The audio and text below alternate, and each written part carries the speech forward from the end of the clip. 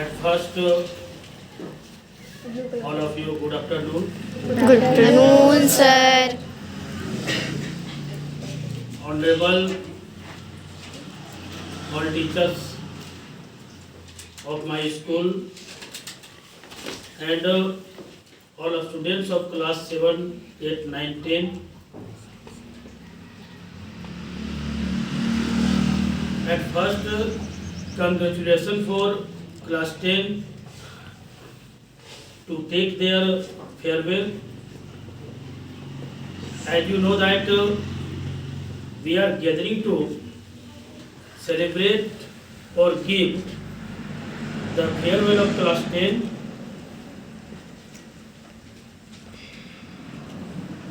I am very happy to celebrate the farewell of class 10. But I am feeling some sorrow that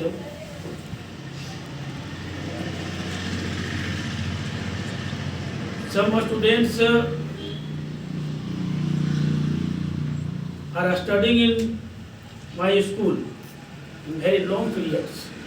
Some are class nursery, some are from class 2, like Hansvi Kumari, Sagar Kumar.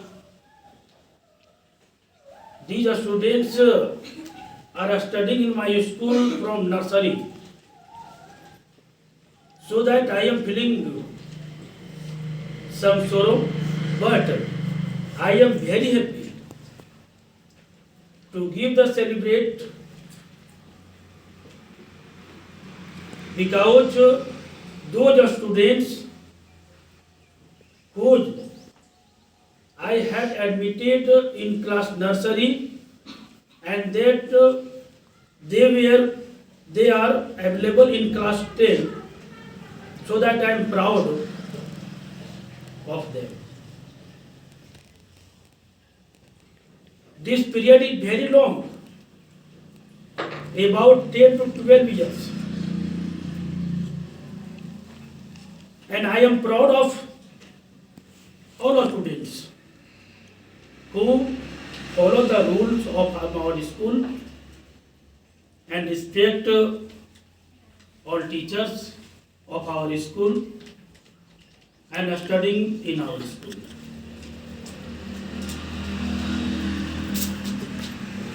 As you hear that some teachers share something happy and sad, but I am proud of you that you are like a edge of farewell. I am proud of our teachers who gave you best education, and I am proud of your class 10. You took the best education in our school.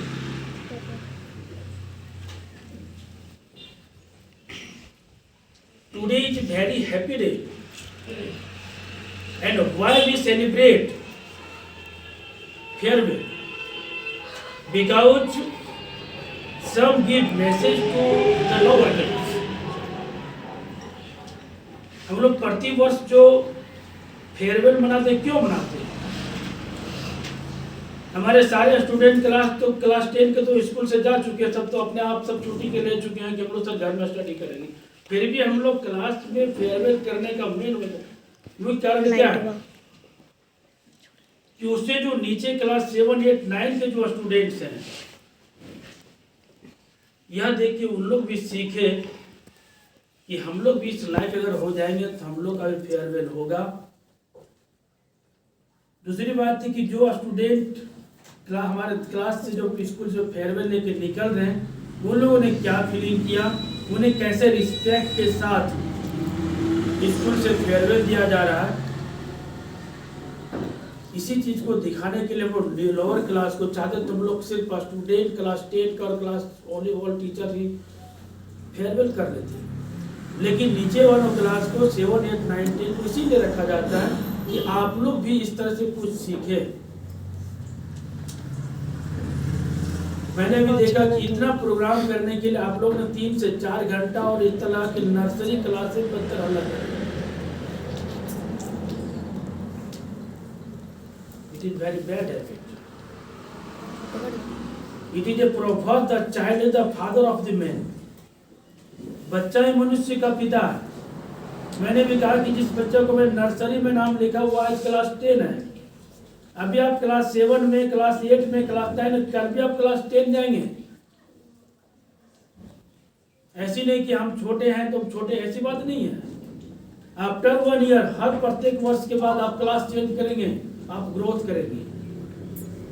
And after some years you also give that. और कुछ वर्ष के बाद आप लोगों को farewell दिया जाएगा। तो इससे क्या है कि कुछ सीखने का है। हम लोग एकत्रित होकर के इसमें कुछ सीखते हैं, बच्चों को सिखाते हैं। सेकेंड, हर स्टूडेंट का कोई मंदिर, कोई भगवान नहीं है। अगर उसके लिए भगवान है तो उसके माता पिता और उसके गुरु शिक्षक हैं। क्लास से निकलने के, स्कूल से निकलने के बाद बच्चे लोग कुछ देखते हैं, कुछ लोग को कुछ है ऐसे जो रिस्पेक्ट रिगार्ड करता है, कुछ बच्चे ऐसे जो रिगार्ड करता है। But labour never goes in when. परिश्रम कभी बेकार नहीं जाता है। अगर टीचर अच्छा परिश्रम कर रहे हैं तो फेयरवेल देने के लिए और रिगार्ड करने के लिए बहुत सारे स्टूडेंट हैं। जिस बच्चे ने अपने शिक्षकों का रिगार्ड नहीं करता है, उस शिक्षक का कुछ बिगड़ने को नहीं है, उस स्टूडेंट का बिगड़े। जैसे अगर अभी को ज्ञान देने की बात नहीं है। अगर रास्ते में अगर आप चल रहे हैं, कोई टेढ़ा मेढ़ा चल रहा है मोटरसाइकिल, उसको शिक्षा मत दीजिए। सीधे क्या कहेगा, अपना आप देख लीजिए, हम देख लेंगे। वैसे बच्चों को शिक्षा नहीं देना है। बिल्कुल छोड़ दिए, कहीं ठोकर खा के गिरेगा, तब उसको होश आया कि नहीं, मैंने जो कर रहा था गलत है। क्योंकि आजकल के बच्चे होशियार हो गए हैं, शिक्षा लेने के लायक नहीं बच गए हैं। दूसरी बात, अगर हम टाइट भी करते हैं तो कुछ पेरेंट्स भी ऊपर से दबाव पड़ता है। जैसे होता है कि ऑफिसर काम करेगा तो पॉलिटिक्स नेता दबा, नहीं तो ऐसा नहीं करना है, मेरा आदमी है। उसी प्रकार से हम लोग टाइट भी करते हैं कि अगर डिसिप्लिन को, तो कुछ गार्जियन नहीं सर, थोड़ा सा रिक्वेस्ट सर। कुछ लोग तो गार्जियन टीचर चढ़ के बात, ऐसा क्यों करते हो? और वैसा अगर टीचर और पेरेंट्स सिर्फ अगर बात हो तो फीलिंग दोनों के बीच होती है कि टीचर ने क्या जवाब दिया और गार्जियन ने क्या कहा। सबसे बड़ी नुकसान तब होती है जब पेरेंट्स अपने बच्चों के साथ बात करते हैं। टीचर मारा है ना, लाओ फोन करते हैं, बच्चा वहां करो, उस बच्चा का मेंटलिटी और बिगड़ जाता है। हम ये नहीं कहते हैं कि आप लोग अगर दिक्कत होती है कि अपने पेरेंट्स से कंप्लेंट करें, लेकिन कंप्लेंट तब करें, उसके बाद बोले कि आप तब बात कीजिए जब वहां हम प्रेजेंट नहीं रहे। क्या बात हुई आपको पूछना भी नहीं है, तभी आपका जिंदगी, आप एक अच्छा संस्कार और अच्छे शिक्षक, अच्छे आदमी बन सकते हैं। क्योंकि हो सके आप जो चीज बोले वह शायद आपके पेरेंट्स को बुरा लगा होगा, और आपके सामने में टीचर को डांट देगा, टीचर भी कहीं बदतमीजी कुछ बात ऐसे कर दे, ऑटोमेटिकली है कि माइंड जब डिस्टर्ब होता है तो पेरेंट्स और टीचर को देखता नहीं, उसमें वह मेंटलिटी बच्चों पर पड़ता है, और वैसे बच्चे बिगड़ते हैं, बनते नहीं हैं। इसलिए जब भी अगर आपको किसी तरह से कोई कंप्लेंट घर में करना हो, यू आर फ्री। हम ये नहीं कहते कंप्लेंट नहीं कीजिए, और हम ये नहीं कहते कंप्लेंट सुनना नहीं चाहते। I am very happy to see to hear the complaint. मैं बहुत खुश हूँ कि गार्जियन अपने बच्चों की कॉपी देखे, गार्जियन मेरे पास कंप्लेंट करे, इसे मैं बहुत खुश हूँ। कुछ लोग आगे सर सॉरी सर कंप्लेंट तो नहीं करेंगे, कंप्लेंट नहीं, कंप्लेंट कीजिए। जब तक आप कंप्लेंट नहीं करेंगे तब तक हम कैसे सुधार करेंगे। लेकिन आप अपने पेरेंट्स से यह बोलिए कि जब भी आप बात करना हो तो मेरे एब्सेंट में बात करेंगे, मेरे प्रेजेंट में बात नहीं करेंगे। लेकिन हाँ ऐसे ऐसे हुआ, ऐसे हमें बुरा लगा तो ऐसे अच्छा लगा, ऐसी कंप्लेंट आई, लेकिन आप जब बात करने बोलेंगे तो बोलेंगे इससे नहीं, हम हमारे एब्सेंट में आप बात करेंगे, क्योंकि आपके और सर के बीच क्या चीज बात हुआ I don't like to hear, मैं उसे सुनना नहीं चाहता। तभी, और आप पूछे भी नहीं अपने पेरेंट्स से कि सर ने आपको क्या जवाब दिया। इससे क्या होगा, आपको लगे कि नहीं, पेरेंट्स जब बुराई किया तो टीचर भी, अगर पेरेंट्स भी अगर बुराई करे, अच्छा करेगा तो टीचर भी उनको कुछ बोले होंगे, या तो हमारी बुराई किए होंगे तो हमें उसको सुधारने की कोशिश करेंगे। दूसरी बात, सबसे पहले ये चीज़ है कि माता पिता ने जन्म देने और बड़ा करने का काम करते हैं, ज्ञान देने का काम शिक्षक करते हैं। और कोई ऐसा टीचर नहीं है कि किसी बच्चों का वो दुश्मन है, ऐसा कोई है क्या? किसी से कोई गोतियोजी है क्या हम लोग का? अगर हम किसी बच्चे को डांटते और पीटते हैं तो उसको सुधारने के लिए, न कि बिगाड़ने के लिए।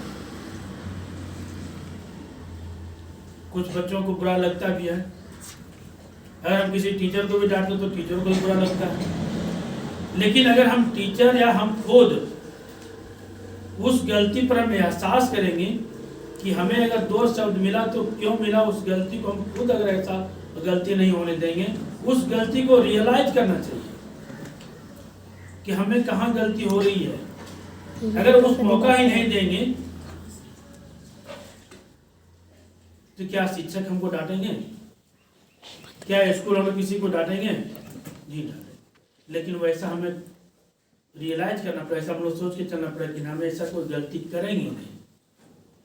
कुछ बच्चे क्या करते हैं, अगर मैंने होमवर्क नहीं बनाया तो एब्सेंट। कल क्यों नहीं आया था जी? सब मेरा सर दर्द था। झूठ बोलना पाप है, telling lies in your study, पढ़ा भी होगा क्या? झूठ सबसे बड़ा पाप अगर है तो झूठ, चाहे हम हो, चाहे पेरेंट्स हो, चाहे स्टूडेंट्स हो, एनी पर्सन, कोई भी हो, झूठ कभी नहीं बोलना चाहिए।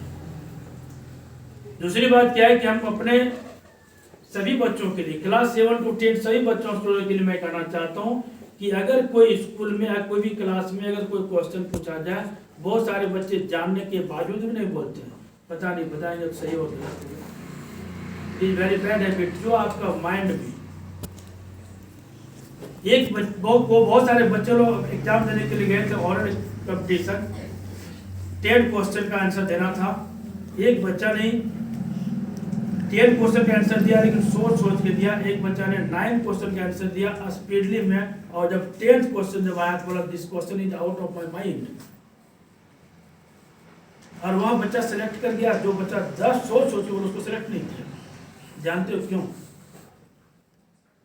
क्योंकि एग्जाम ने सोचा कि इतना भी मान लो कि नर्सरी से लेके ऑनर्स तक पढ़ा, फिर भी तुरंत पूरे दिमाग में टटोल लिया कि इस क्वेश्चन मेरे माइंड से आउट है, कैसे तुरंत एक्शन ले लिया। दैट मीन्स बच्चा कभी आज तक इस क्वेश्चन को पढ़ा ही नहीं है। लेकिन सोच करके भारत के प्रधानमंत्री पहले कौन था, सोचे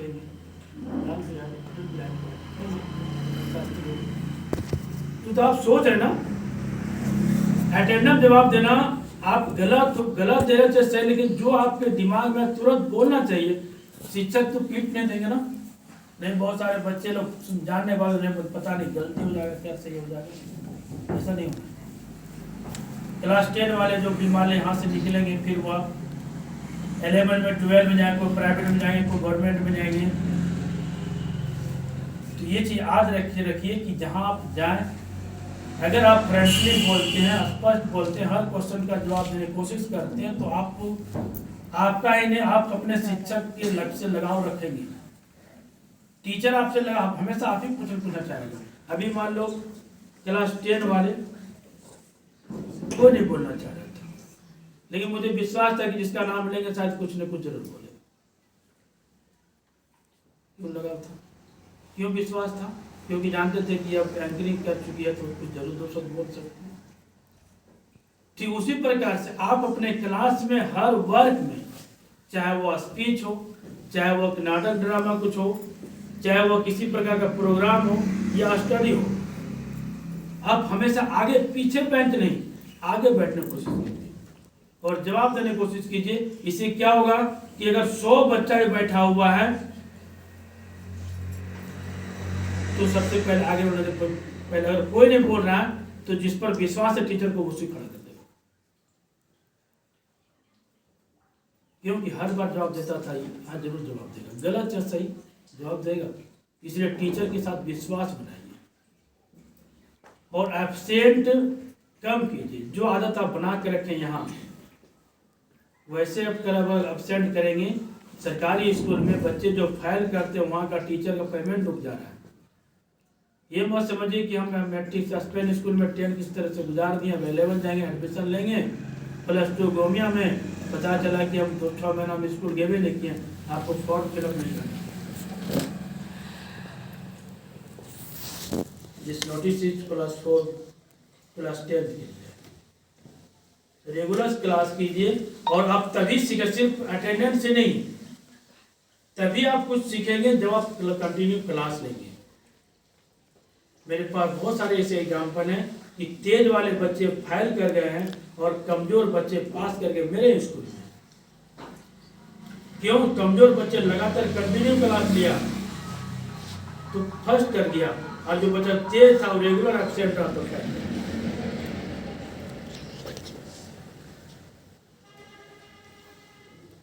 ठीक है, तो इस प्रकार से अधिक समय नहीं लेंगे। लेकिन दूसरी बात, क्लास 10 के लिए जितना आप लोग तैयारी कर चुके, जो चैप्टर आप पढ़ चुके हैं, ठीक है, एक आध अगर चैप्टर अगर मैथ में, साइंस में, अगर कहीं किसी चैप्टर में अगर नहीं समझ में आया उसको आप दरकिनार कीजिए।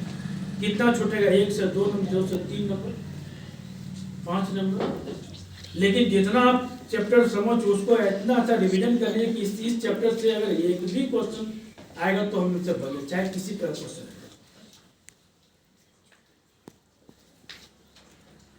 ठीक है, तो उस प्रकार से ऐसा माथा उसमें नहीं लगाना है कि जो चैप्टर हमको समझ में नहीं आया उस चैप्टर को हम पुनः रिवीजन करें, नहीं, उस चैप्टर को छोड़ दीजिए। लेकिन जिस चैप्टर पर आपका कमान है उस चैप्टर से इतना दिमाग लगा लीजिए, इतना रिवीजन कीजिए, उस चैप्टर से हमें कहीं से भी क्वेश्चन देगा तो मेरा 100% तो ऑटोमेटिकली मेरा गारंटी को 90+% आप लोग कर रहे हैं। कंफ्यूज नहीं होना।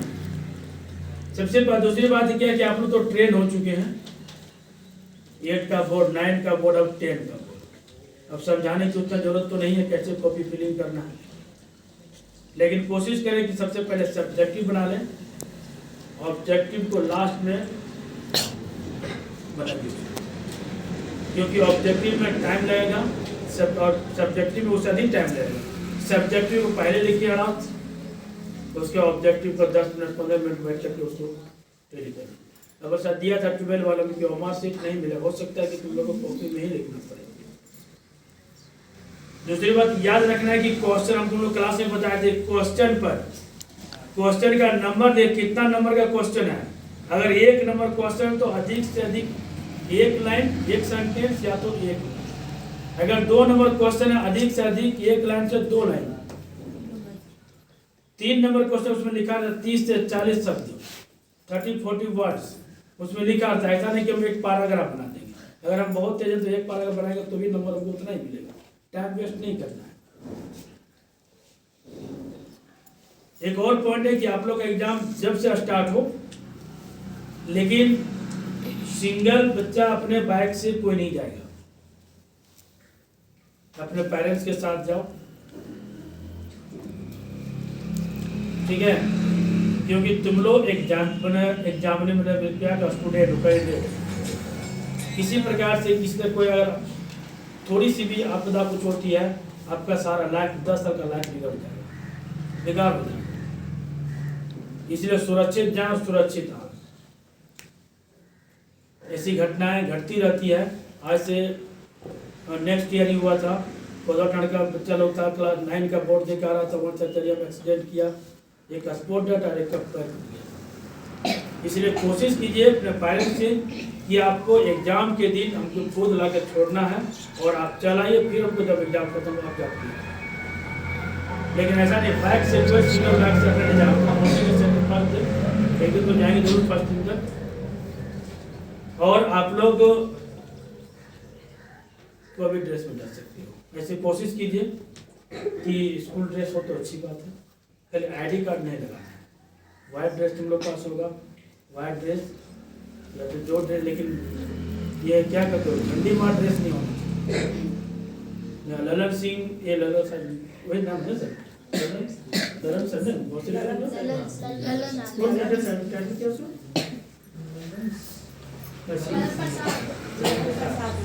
वो जो है वह ठीक है, हाथों में दर्द करने लगता है। टाइप टीचर है। हम अगला साल देखे थे क्लास 9 वाला स्टूडेंट में एग्जामिनेशन में एक बच्चा गया था इसी प्रकार से घरेलू ड्रेस पहन के गया था, उसको छाट दिया। फिर लेकिन बच्चा उसको कहीं जाना था, सोचा इसे एग्जाम देते निकल रहा है, वो ड्रेस डिक्की में लेकर आया था, कैरी का बच्चा था मेरे स्कूल में। फिर उसका बोले फिर आप बोले चेंज किया तब्दील कर, इसलिए कहीं का ड्रेस हो यू आर फ्री। अब 10 चलेगी, सिर्फ पाबंदी नहीं है, कलरफुल ड्रेस भी हो लेकिन स्कूल का ड्रेस हो, और टाइमली जो टाइम दिया गया उस टाइम से पौन घंटा से 1 घंटा पहले आप लोग पहुँच जाइए। वैसा अगर आपके साथ जाएंगे तो किताब लेके जाइए, आधा घंटा बैठ के कुछ किताब देख लीजिए, लेकिन ऐसा नहीं। बहुत सारे हम देखते हैं कि बच्चा सारा ही तो बच्चा 2 बजे आइए ना, अरे उन्होंने भी सर आ रहा है, इसमें टाइम वेस्ट आप लोग का हो। क्योंकि टाइम मान लीजिए अगर दिया 9:45 बजे तो आप पहुँचेंगे 9:45 बजे, आपको सीटिंग खोजने में लग जाएगा टाइम 15 मिनट समय आपका गया, इसलिए समय रहते ही आप लोग पहुँचना है, ठीक है। दूसरी बात क्या है कि हम लोग लगभग मेरे सारे स्टूडेंट सीरियल वाइज है मेरे स्कूल का।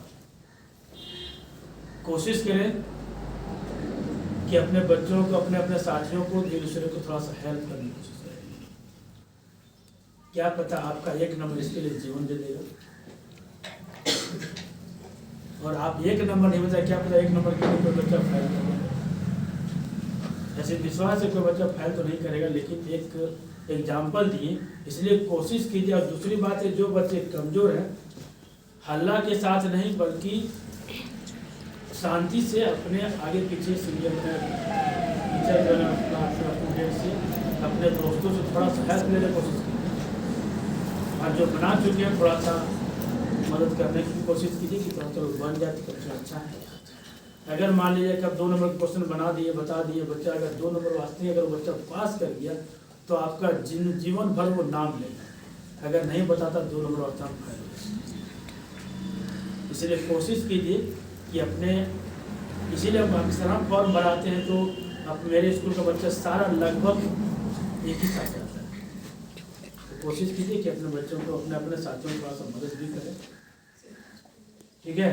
और